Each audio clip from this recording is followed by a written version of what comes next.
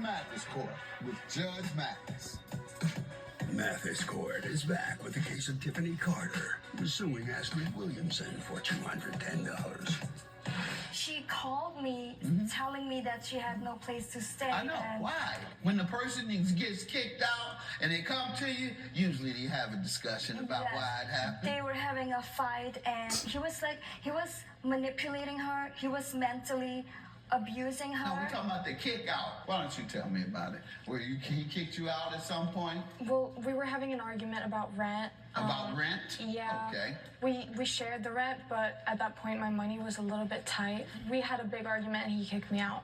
What did he say? Get out? Or you were sharing the rent, living together? Yeah. And the lease was in his name? It was in my name. And I asked him to give me money, and I guess that wasn't... We just had small arguments like that. He kicked you out of a place that was yours? Why are you laughing? I just think it's absurd that you're bringing up the past because the situation. I'm talking to you. This isn't funny. A man kicks you out of the house. I asked you. You tell me it was your place. Well, it's what and then I friends asked do. you, why would you let a man kick you? And then you start. Don't start talking now. Keep laughing. Keep grinning. You think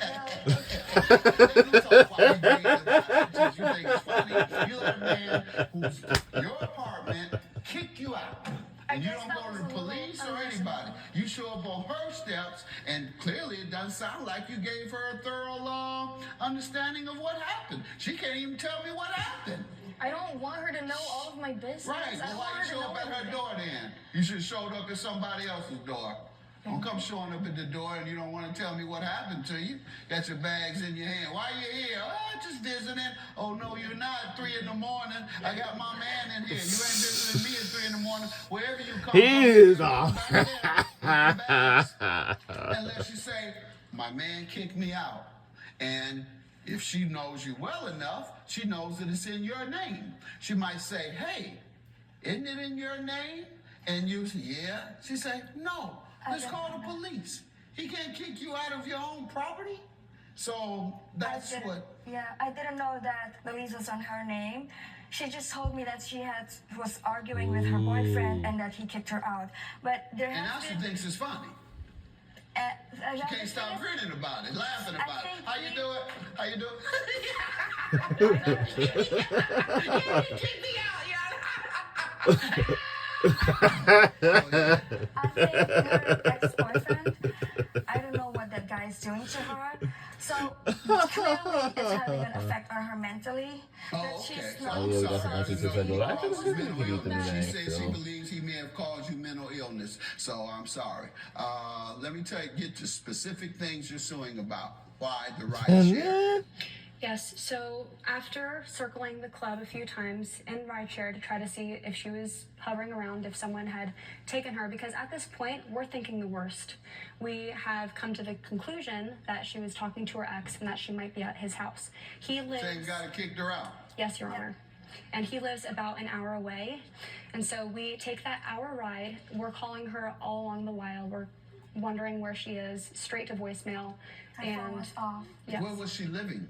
She was living on her own at the time. Okay, did you all go to her apartment first? We decided that Ex-boyfriend, because we saw her using her phone, so and she has a tendency to go back to him how all far the does time. she live from the club? about an hour.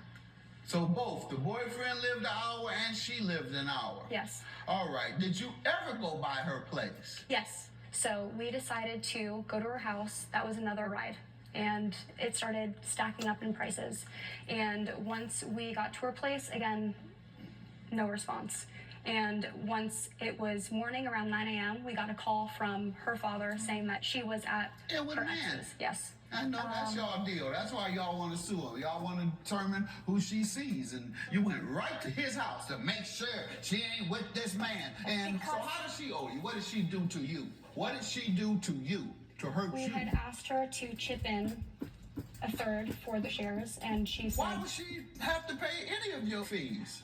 Because the only reason why we took it was to find her. Because You didn't have to do anything. We didn't have to, but I feel like... And she didn't ask you to. But It's a gift. It's a gift. Your actions were a gift. You were being good friends. I don't try to sue her.